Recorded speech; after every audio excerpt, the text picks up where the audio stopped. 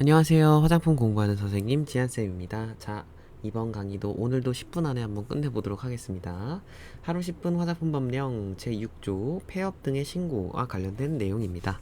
그래서 여기 보시면 폐업을 하실 때 일단 이 내용은요 기본적인 암기 부분이니까 완전 기본이에요. 그래서 이 부분은 모두 다 암기를 하셔야 돼요. 화장품의 영업의 세 가지 종류가 있었죠. 화장품 제조업자, 화장품 제조업, 그리고 화장품 책임 판매업, 그리고 맞춤형 화장품 판매업입니다. 이 세 가지 영업을 할 때, 언젠가 뭐 여러 가지 상황이 오면 폐업을 할 수도 있고, 휴업을 할 수도 있고, 휴업 후에 업을 재개할 수도 있겠죠. 근데 이러한 매 경우마다 지방식품의약품안전청장에게 신고가 필수입니다. 일단 신고라는 점 잡고 가시고요. 등록이 아니라 신고입니다. 음, 영업을 할 때, 영업을 인정받을 때 화장품 제조업과 화장품 책임 판매업은 등록이었어요. 그쵸? 근데 맞춤형 화장품 판매업은 신고였습니다. 이 차이를 일단 첫 번째로 아셔야 되고, 두 번째 차이는 뭐냐? 제조업, 책판업, 맛판업 모두 다 폐업, 휴업 후 재개할 때는 등록이 아니라 모두 다 신고다라는 걸 일단 첫 번째 포인트 짚고 넘어가시고요. 그리고 폐업을 할 때, 그리고 휴업을 할 때, 그리고 휴업이 끝나고 나 이제부터 다시 일할게 라고 휴업 후 그 업에 대한 재개를 할 때 지방식품의약품안전청장에게 신고를 해야 합니다. 이게 바로 제6조 제1항에 관련된 내용입니다. 그런데 예외가 있어요. 1항의 단서 조항에 보시면 신고를 안 해도 되는 경우가 두 가지가 나옵니다. 첫 번째로 휴업 기간이 1개월 미만인 경우에는 신고를 할 필요가 없으십니다. 예를 들면 내가 휴업을 28일 할 거예요. 아니면 휴업을 15일, 휴업을 3일 이런 식으로. 이런 거는 너가 사장님이니까 그 정도는 네 알아서 해라 이거죠. 즉 30일 미만인 경우, 즉 29일까지 1일부터 29일까지는 네 알아서 해라. 그건 신고를 안 해도 되니까 그 정도는 휴가 갔다고 쳐줄게. 네 알아서 해라 이런 말이고요. 그리고 1개월 미만 쉰 다음에 영업을 재개할 때도 신고할 필요가 당연히 없겠죠. 왜냐면 1개월 미만 쉴 때도 신고를 안 했으니까요. 그리고 그 후에 뭐 예를 들어서 3일 쉬고 왔어요. 그러면 나 3일 쉴 건데 3일 쉬는 거는 법을 찾아보니까 신고를 안 해도 되겠군. 그래 3일 쉬니까 신고를 하지 말아야지 해놓고 이제 3일 다 쉬고 이제 출근할 때 나 출근해야 되는데 업 재개 신고를 해야 되나? 그럴 필요가 없다. 왜? 1개월 미만 쉰 후 이후에도 그 1개월 미만 쉰 것에 대한 영업을 재개할 때 신고할 필요가 없다라고 나와 있으니까요. 1개월 미만입니다. 1개월 이하 아닙니다. 이거 저도 헷갈려서 맨날 틀렸었거든요. 1개월 미만입니다. 예, 1개월 미만. 그러니까 30일 전까지, 그러니까 29일까지는 되는데 30일부터는, 그러니까 한 달부터 30일부터는 신고를 해야 돼요. 30일. 나 30일 쉰다. 그럼 신고해야 되는 건데 29일 신고 안 해도 됩니다.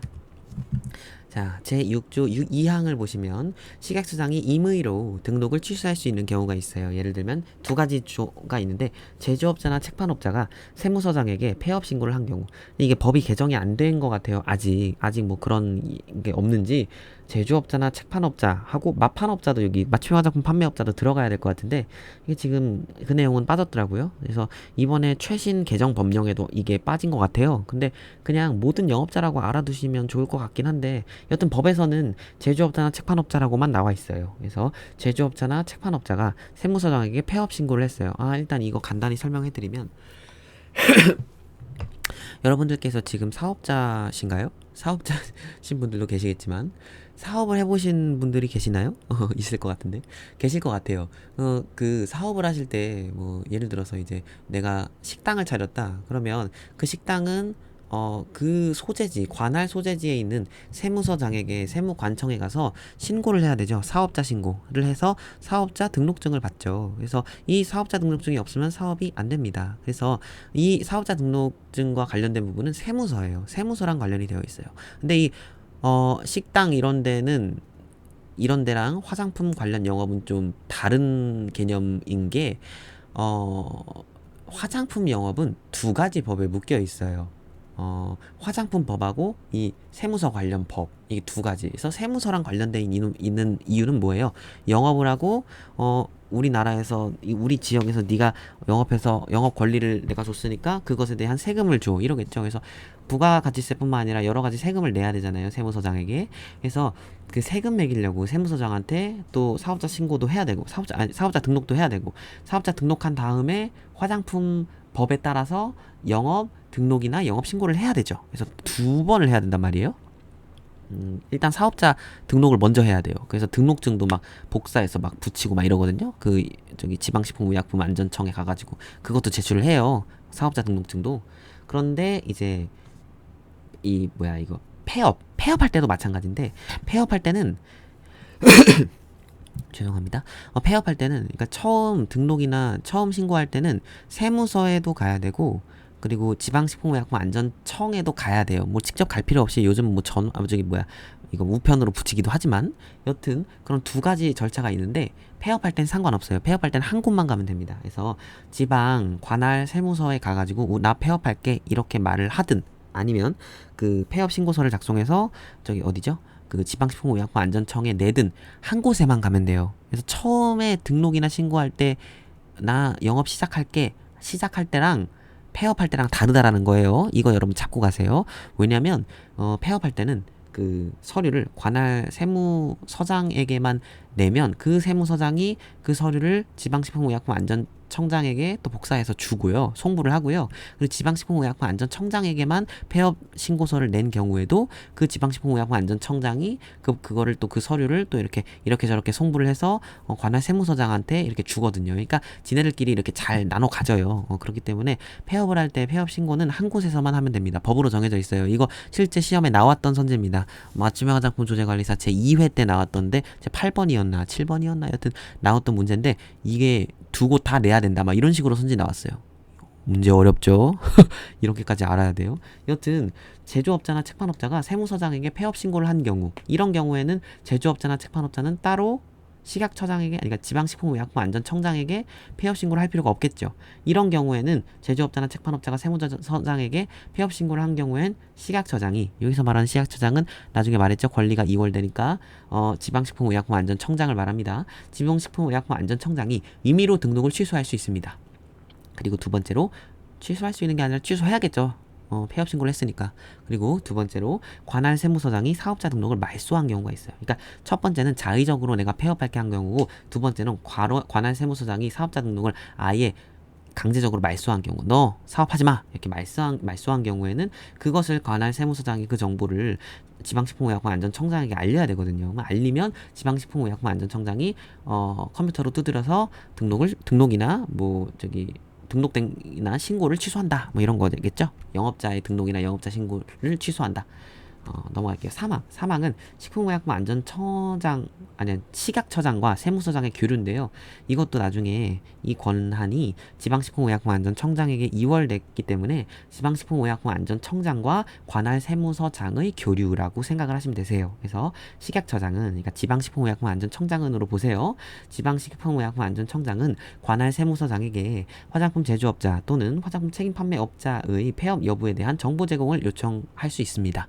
이렇게 요청을 하면, 요청을 받은 관할 세무서장은 전자정부법 제39조에 따라서 무조건 줘야 돼요. 이런 관할 폐업 정보를 무조건 제공해야만 합니다. 이런 게 법적으로 정해져 있어요. 정보를 제공 안 해도 된다. 이렇게 나오면 틀리는 겁니다.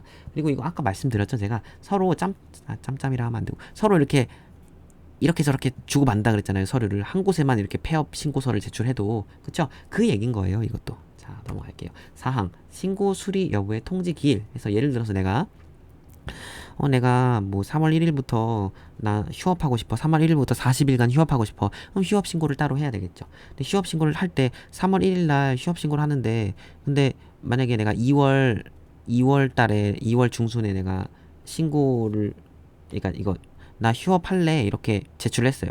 근데 만약에 3월 1일부터 내가 휴업을 하려고 하는데, 40일간 휴업을 하려고 하는데, 이게 만약에 3월 1일에까지도 만약에 오케이 너 휴업해 라는 오케이라는 말이 안 왔어요. 신고 수리했다 이런 말이 안 왔어요.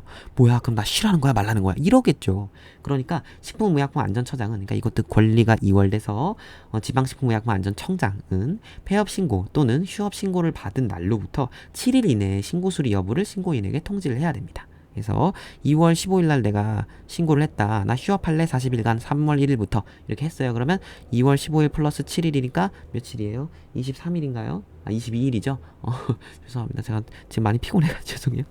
22일, 2월 22일까지는 신고 수리 여부를 통지를 해야 되는데, 그런데 이게 신고 수리 여부 통지를 하지 않을 경우에 산정법이 있어요. 그러니까 무슨 소리냐면, 신고를 해야 되는데 신고를 만약에, 그러니까 신고 수리를 7일, 그러니까 2월 22일까지 신고 수리 오케이라는 사인을 그쪽에서 줘야 되는데, 만약에 그쪽에서 까먹고 안 했어요. 그러면 법적으로 신고인은 이제 그 다음 날에 신고를 수리한 것으로 자동으로 본다. 그러니까 7일 이내에 신고 수리 여부를 통지가 안 됐으면 그 기간이 끝난 다음 날에 신고를 수리한 것으로 본다. 이런 거죠. 신고 수리 오케이라는 사인을 안 받으면 무슨 뜻이냐? 2월 15일 날 내가 3월 1일부터 휴업할게요. 40일간 이렇게 말을 했는데, 근데 만약에 2월 22일까지 신고 오케이 너 휴업해라는 사인을 못 받았어요. 그러면 2월 22일로부터 다음 날인 2월 23일에 신고를 수리한 것으로 본다라는 겁니다. 자, 여러분 더 자세하고 친절한 사례 중심 정보는 50가지 암기 비법이 있는 지한쌤의 화장품 법령 백과사전 책에 나와 있습니다. 이거 오타입니다. 제 5조의 2가 아니라 제 6조입니다. 오늘 제 6조 했죠? 죄송합니다. 이거 오타입니다. 이거 지난 시간 거 그대로 써가지고 죄송합니다. 자, 여러분 수고 많으셨습니다.